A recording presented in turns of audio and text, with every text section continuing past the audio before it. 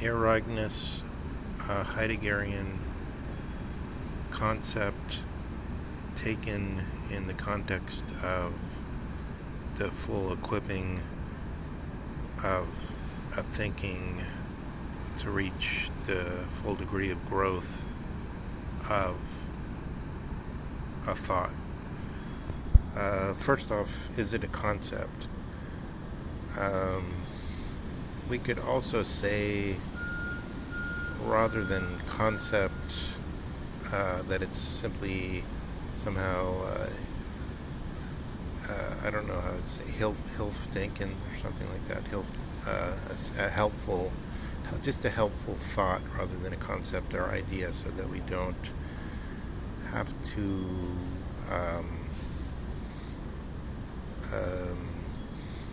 attempt to bring clarity by bringing ourselves into things that we already know about or which are totally familiar to us.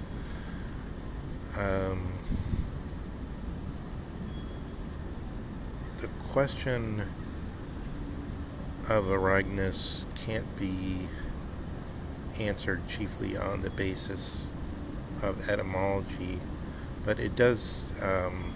guide us a little bit out of ordinary usage if we think of Ereignis as not event, but it's preferable, at least over event, to say appropriating event, so far as we understand that to point to ourselves. We could also say incident rather than event. In other words, in daily life there's sometimes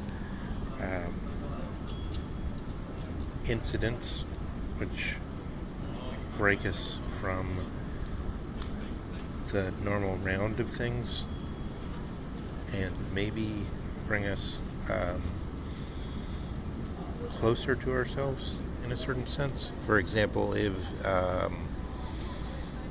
something happens on, let's say, on the street or something like that, when you're just walking around absorbed, and then you're compelled to have some kind of confrontation of some kind, that can be Ereignis in this sense. So I want to propose this notion of Ereignis as counter-concept to Eigentlichkeit, or this thing that Heidegger is notorious for, which is the authenticity, which is in some ways simply a modified form of the Kantian notion of autonomy to fit the new thinking. We can say, as we go along, adding more to this, that the Ereignis, with the eigen in there, the own,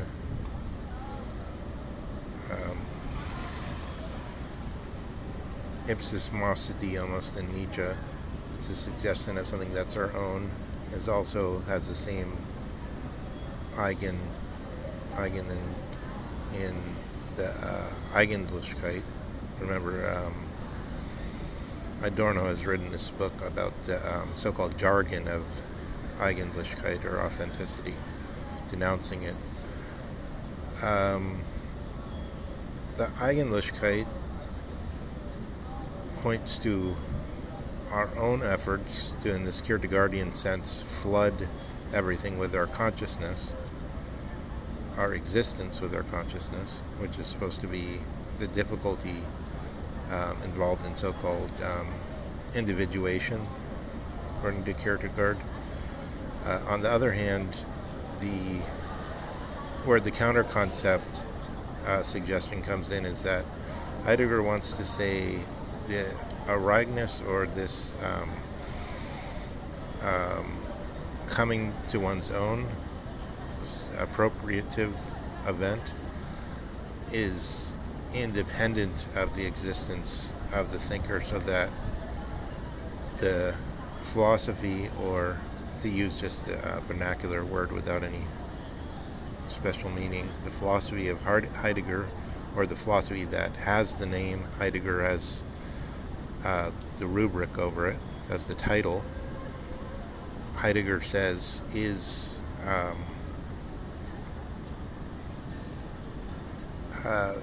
Ereignis in some sense, which is to say he doesn't want to say, I, Heidegger, have made an original discovery, or he wants to say it doesn't need me. This is not my individuated, authentic self that actually exists that we're talking about, but rather a problem which is already there in some sense. The phrase already there is problematic, but because it suggests that the temporal ordering is necessary to light upon it. But we have problems in German idealism, in Schelling, in Kierkegaard, in Hegel, whereby through various means we could make ourselves aware of what this difficulty is and how it arises from the Greek beginning, about 600 BC, using the Christian dating system. Not in Athens specifically, but in the, as it were, the island world of the Greeks, and in Anatolia, and in the places where there are polises that produced thinkers, which, according to the common phrase, constitutes the Greek miracle, or the move from muthos to logos, and everything that entails. The appropriating event then stands in the midst of these specific thoughts. So, for instance, we could enter the reflection by various avenues of invasion, such as through thinking the absolute in proximity to Hegel, which is then again another set of difficulties, which is say not to only try to faithfully say this is how Hegel, in a kind of notional construct, or imagining how Hegel thought about it, this is what Hegel thought of the absolute, but also saying he brings us into these reflections, such as that we can say there's in Heidegger the book on dunamis and energia, or possibility and actuality in the metaphysics theta of Aristotle. If these two things are thought rolled together, we have a notion of an absolute. Then we can take orientation through that avenue towards the Ereignis of which Heidegger is saying Sein und Zeit saves in some way for whoever would read that thinking. The Ereignis, rather than Heidegger's personal existence as so far as he could individuate himself and live according to his ipsismosity, or his ownmostness,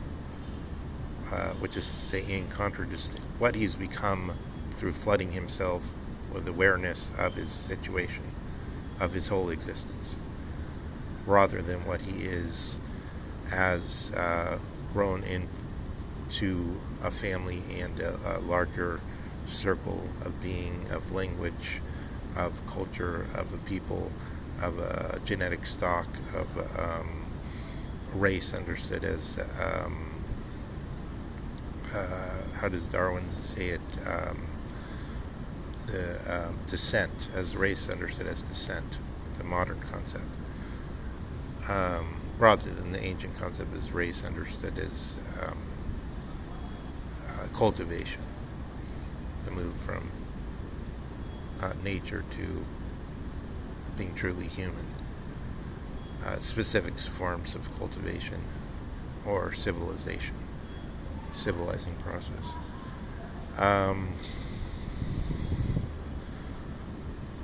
thought on biological metaphor, the question is, does the awareness of our situation constitute part of our environment, so-called, our Umwelt? How do we make the distinction between flooding things with the awareness and the Umwelt, or the so-called shared world which everyone is in, which we then individuate ourselves or differentiate ourselves through? So in any case, what I want to suggest is this Ereignis can be understood to give us a specific orientation within specific questions in Heidegger, which what he wants to say is that they become more our own to the extent that our thinking becomes closer and closer to it. So Ereignis has this, we can specifically orient ourselves to this notion of Ereignis through further reflections of this kind, and through seeing the ground out of which Heidegger moves. This is partially why I always say it's not very important to read Heidegger. It's because Heidegger is not trying to present himself as Heidegger, the original thinker who's out of the blue come up with something that's fallen from the sky, but he's very much thinking this, growing closer to, as he puts it, this possibility that's always been said of the human beings, that the human beings can think. This is something raised already for 2,600 years now. He only says, in a certain sense, we become closer to this. We don't further it, we don't progress in it, but we become closer to it, which may be in some way elucidated by this, all the thinkers that are supposed to be in close proximity to Heidegger, such as Kierkegaard, with the notion of the flooding everything with the consciousness as a different modified form of this notion of authenticity, so that we see, this is why Heidegger says Kierkegaard is merely ontic. This is very annoying to the Kierkegaard scholars, I think. It's like Kierkegaard is merely ontic, maybe Nietzsche is merely ontic, the whole thing, Hegel has not made this move to see this, etc., etc. But then we see, and this is also the problem where we have to find a way to make clear these subtle nuances in the distinction between this so-called old way of thinking about things in metaphysics of presence or availability, and the supposed freedom we get from seeing how concern is moving both in existence as what is peculiar and particular, the old Heraclitean waters, rather than the presence or availability of the idea as the water. And then the Plato's teacher Cratylus said there's you can't even step in this water even once, because seemingly he already suggests this difficulty with the idea being itself at stake. This is partially remembering that in the history of thought it usually works this way. It's once an idea becomes pounded into our consciousness so that we become aware of a difficulty, we then can seemingly rescue it from the most remote past and see where it sort of cropped up halfway but was not kept to, did not really become, even if it became close enough in a little moment, did not stay with those thinkers sufficiently that they were able to constantly dwell with that difficulty, and that it would become their own. So remember that when we're talking about in this whole context of this thinking of ownness, of ipsismosity, of Eigenlichkeit, of all these notions, we have this very simple Platonic notion that all strife that's of any interest originates out of this split between what is one's own. So for instance, that one is born in Athens and one is an Athenian, and the regime, or politeia so-called, which is to say that the politics of the city can change, while Socrates, for instance, still says, I'm an Athenian, that's my own, just in the same way that a parent may say, I know this child is doing something awful. So the analogy would be, say that Russia, Dostoevsky sees Russia under the Tsars is going towards a very dangerous period where the regime changes from the Tsarist regime to the Soviet regime. It foresees that in some sense. His last book was about political assassination of a Tsar, probably by the Alyosha character in Brothers Karamazov in the sequel, The Life of the Great Sinner Cycle, which he never completed. But to see, as a Russian, knowing this is something that's his own, he sees this change in the politeia, or the regime, and then he has to respond to that in some way. He's in a conflict because the regime could change to something he doesn't want, while he still remains tied in that, just like a parent could see their child becomes something terrible, a murderer or something, and they know the child is terrible, but it's still their own child, so they're still part of that. So this is the kind of notions we should try to make more our own in thinking concepts like this, what I think is these counter concepts of Ereignis and Eigenlichkeit, or this appropriating incident, and the ownmost. And these concepts themselves, however, to add disorienting difficulty, are also poised against other concepts, because the notion of being absorbed in das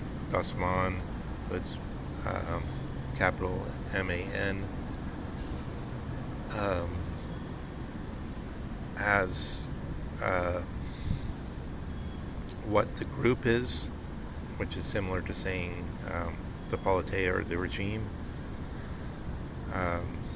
in a more broad sense, and what one is standing on one's own feet is another set of counter concepts, which this authenticity concept is wrapped up in. So I'll leave it at that for the moment, and I think this is a good way to think about Heidegger's confrontation with the so-called German idealism, and with metaphysics over all or everywhere in his thought, through the lens of this, the world, the German world, in his view, wants to become more itself, unfold its possibilities freely. And in the same way, in the history book, he speaks of, in the history of being, spelled with a Y book, he speaks of the necessity to let the Russian world freely unfold its possibilities.